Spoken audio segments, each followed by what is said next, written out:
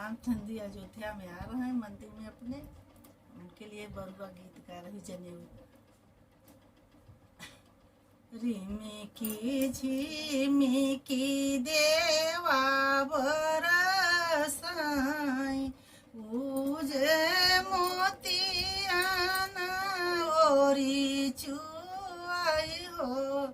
मोतिया बटोरई रानी कौशल्या देई, उनकर भी जय पीताम्बर हो। दुआरे से आए राजा दशरथ, धन मोतिया का होए हो। हमारे दुलेरुआ राजा रामचंद्र, भिखिया उठी ना उबहो।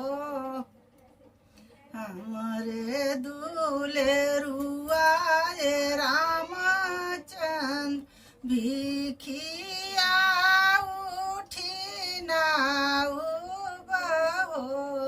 आजू मोरे राम का बरुआ हो, भिखिया उठी न उबई हो।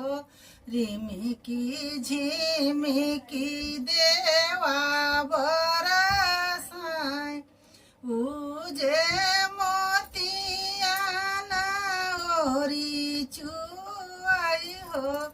मोतिया बटोरई रानी सुमित्रा देई, उनकर भी जय पीताम्बर हो। दुआरे से आए राजा दशरथ, धन मोतिया का होए हो। आजू मोरे राम का बरुआ हो, मोतिया भिखिना उबहो। आजू मोरे राम का बरुआ हो, मोती